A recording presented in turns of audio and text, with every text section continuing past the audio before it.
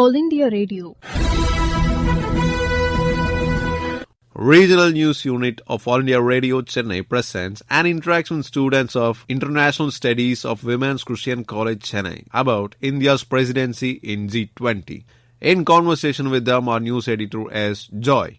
Welcome listeners to the second part of the interaction with the students of International Studies of the Women's Christian College. We were talking about the education working group of G20. We were talking about a lot of difficulties faced by the developing countries in various sectors and how countries are trying to evolve into a unilateral global phenomenon.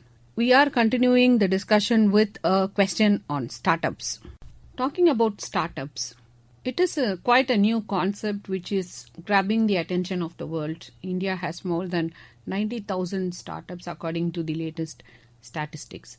So with regard to beginning a startup, how is a startup going to help the youth of the country, which has enormous potential of the youth talents and skills? One aspect of education is to provide employment. In the earlier days, it was after studies, people apply for employment and they get employed. But the concept of employment has changed after the global scenario of COVID and a lot of other developments. So what do you think? How education will help a person to develop a bright future, and also what is to be done with the education as well as the employment market? I need your reflections on this, students.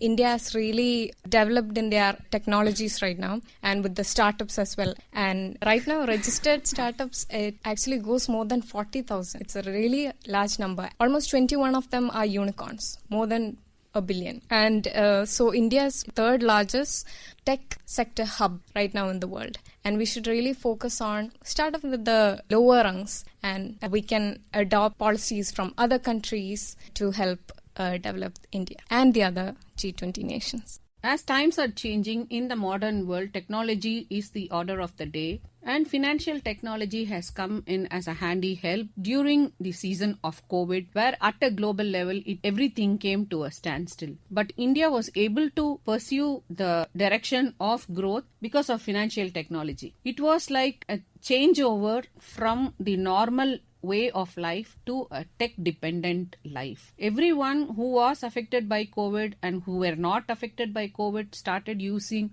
e-commerce platforms to serve themselves. Coming to the question of using financial technology and the growth of economy itself, what is the future of the world proceeding towards to?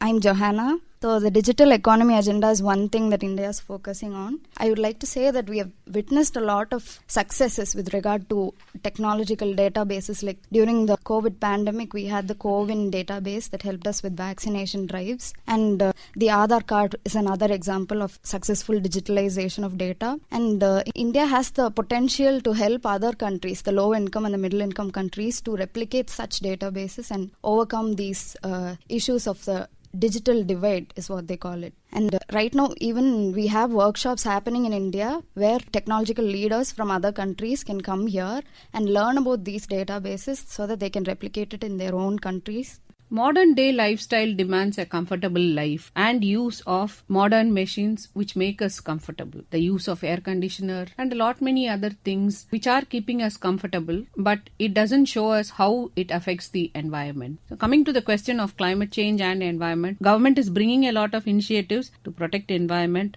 and at a global level too, lot of initiatives are being taken by international organizations for the betterment of environment. It also needs a lot of financial assistance to carry out these schemes, and the level of assessment by the developed countries comes into a question by the developing countries. There is a need for a universal sort of adaptation at all levels. What do you think about that? As comes the scientific developments, there is also a negative reaction to the achievements given by each and every state. When there is such a development, there will be a serious issue going on, causing the carbon footprint of each and every state increasing, and thereby or declining the even more degrading environment has been a hot topic each and everywhere since last 3 decades. It is said that nearly 3 billion people could go and experience chronic water scarcity in the upcoming years. So this environment is one of the most sought about SDGs being listed in the world organizations, and India has a greater part in the development and in the eco-friendly projects taken worldwide. So as a forerunner in the COP26 in 2021, our Prime Minister Narendra Modi has introduced a new project. So this LIFE project has encouraged the G20 members as well as the non-G20 members to contribute individually, sector-wise as well as government-wise, to contribute towards economical and environmental development throughout. Even though we were not the present chair in 2021, we were the future chair then. We had a contribution in such a scale which was even recognized by the EU as well as other international organizations. Even in that state, we could contribute more. By being the actual presidency this year, I think we can contribute even more towards the development of global states.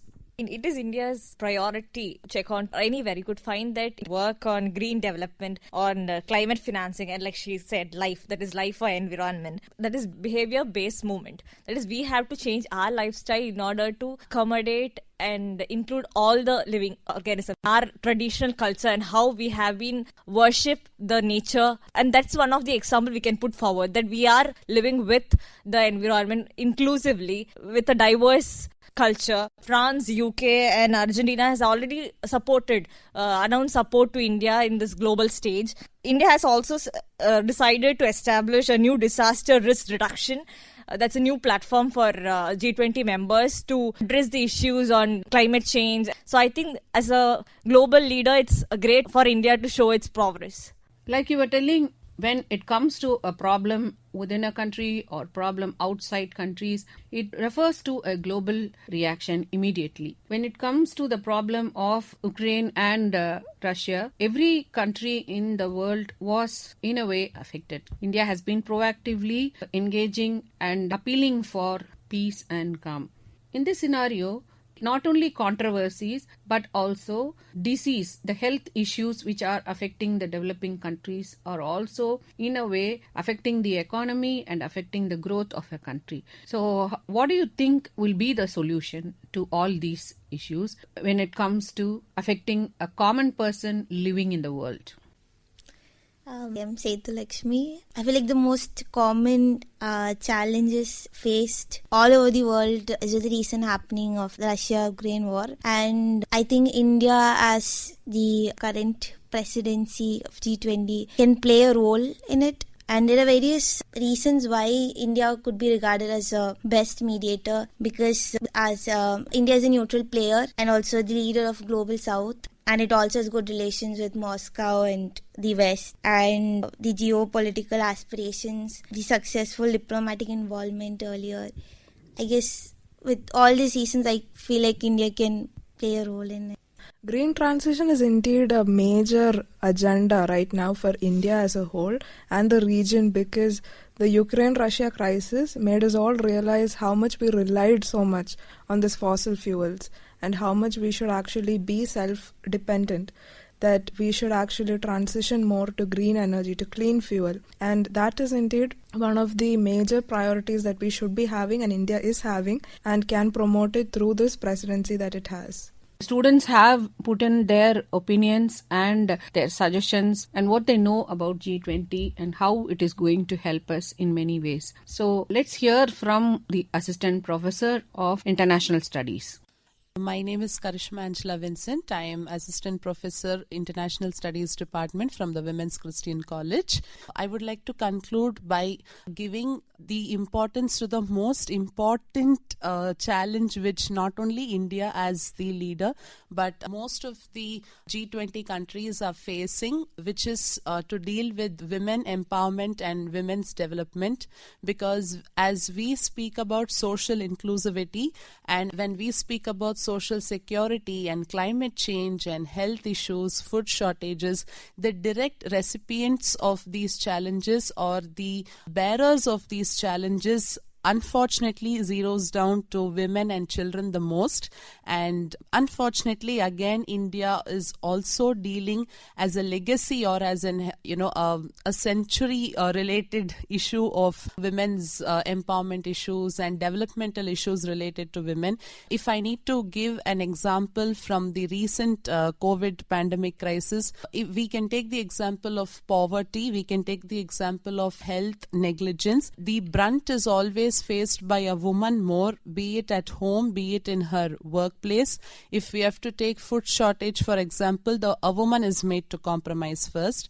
If we take an health negligence, for example, a woman's health, which is to be prioritized more, will be compromised first. And a woman's priorities are always, rotating around her family, her kith and kin, and she becomes the last priority to herself and for the people around her. And this is not the condition only with India, but most of the other global south countries, and even unfortunately with the developing countries also, because the representation of women is not the women who are out on the media or trying to take the lead, because representation starts from within, and every woman is a contributing member, whether in the workforce or at home. And India being a torchbearer of women's empowerment, because we have had enormous women leaders who have led the way forward for us, and that we worship nature. In India, there is a tradition to embody women as goddesses, to respect them at most. And I think this culture of ours should not remain as an indigenous culture to our country alone, but should be taken at a global level. And in countries where women's liberation and women's development is primemost challenge which the country faces, I genuinely hope and I would endorse for the fact that global organizations such as G20 should take up these issues, which is not actually women's rights, but it's human rights when it comes to, the basic safety measures and right to education, right to health, right to privacy of women, where women have to literally lose on their lives in protest. And for what were they protesting? Just for their basic human rights. So I feel that when we are speaking about high-level developmental issues, the need to address the bottom line shouldn't fade away. We have come to the end of the program, and we have discussed about all the aspects which the developing countries and the developed countries are facing, and how India is taking a proactive measure in solving issues and being a bridge to both these countries, also taking into account its own development. We have talked about economy, health, education, unemployment, women's security, and a lot of aspects which affect the growth of a country. Let's hope India's presidency in G20 will not only help the country but also the other countries and be a global leader. Thank you, listeners. You were listening to the second part of Interaction with Students of Women's Christian College on G20.